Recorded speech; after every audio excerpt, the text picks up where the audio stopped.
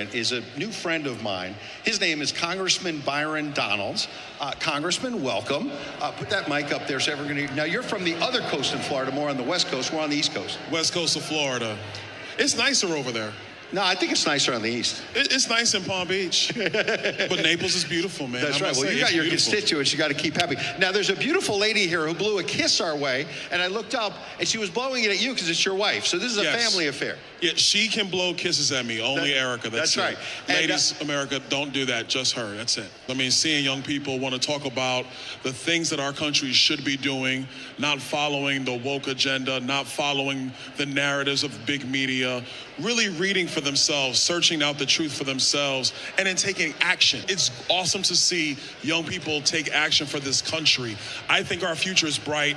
Our job at the national level, at the federal level now, is to hold the line, do the right thing, push common sense conservative policy that people can recognize and say, man, that's the thing. That's it. Yeah. That's the right thing for the country. I want to follow that. And you're doing this with your own family. So I heard you speak about a week or so ago. Now, your wife wasn't there, but you mentioned you had just gotten off a boat with her for a vacation, a well-deserved vacation. Yes.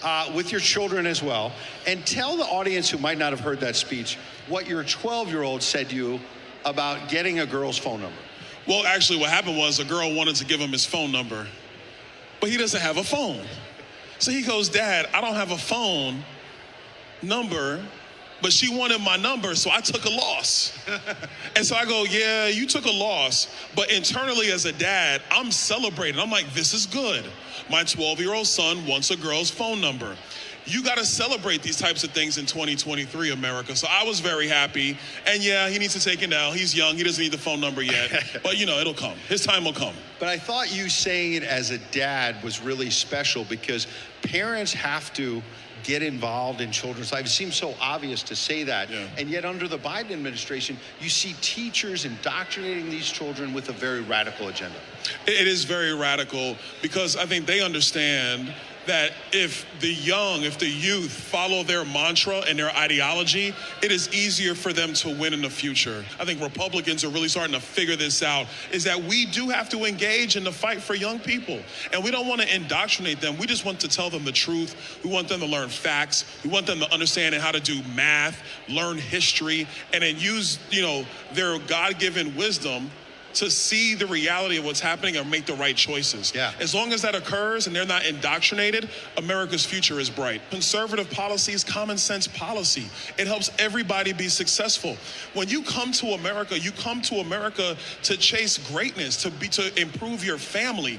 Democrat policy, number one, is stupid, but number two, it's not helping you improve your family and your lot in life. That's one. If you have a free-flowing economy where you don't have these massive regulatory barriers to entry, it allows them to be successful. I'm not really, Snapchat, TikTok, that's where they are. They're thumbing the thing all the time. Listen, I love giving speeches. That's great, but we got to engage them on these issues. We should be talking about education. Other places, We should talk about education. We should talk about why are we allowing these universities to continue to raise the prices on them to try to get a degree that it doesn't even have as much value. We got to talk about different opportunities and pathways to be successful. It's not always going to college. And on our side, and this is something we're going to have to deal with, the Democrats weaponized abortion in the 22 election. They did. We got to be ready for that and deal with that. How do you deal with it? Well, number one is understand every state's going to make a decision. If you're in Michigan, Michigan's going to make a decision. If New York's already made their decision, California's already made their decision. But for young people, listen, abortion's personal, very personal issue. But it's not the bedrock upon which you build a country. We have to have a successful country that will allow all young people to help to avoid that, because it's very personal and it's very destructive for young women who've had to go through that process. And I empathize with that. But the country has to go forward first. Our economy has to be something that works for everyone. We have to have an energy system that makes the cost of living much lower. Those things matter too.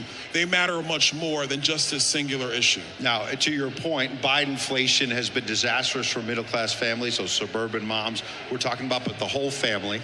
They've been touting what they call Bidenomics in recent days, which I scratch my head at. It's the dumbest phrase I've ever heard. Bidenomics, what is it? It's called massive inflation. It's called everybody's falling behind. Everybody. It's called sweetheart deals for Democrat billionaires who are investing in green technology and making all the money because that's what's happening. That's Bidenomics. Bidenomics is a disappearing middle class where those ladders of opportunity are being eroded because they don't even know how to run the economy. It's called overtaxing. It's called the Treasury Department spying into your bank accounts. That's Bidenomics, and it's awful for the country. Absolutely, and 2 tiers of justice as well, which we can get into. Listen, Americans don't want a crazy border policy. What Joe Biden has done to our southern border, in my view, is treacherous to this country. It is ridiculous what he's done. Inflation has hurt every family in our country. You have fentanyl killing more than 80,000 Americans a year, and Joe Biden doesn't do anything about it. And then you look abroad. He allowed 13 men and women to lose their lives in Afghanistan because he was a dummy. And now we're in Ukraine because he didn't do his job early of stopping Vladimir Putin from invading. And he let it happen, and now we're down. Reservists over there. We might be getting deeper and deeper into the conflict. Congressman Byron Donalds,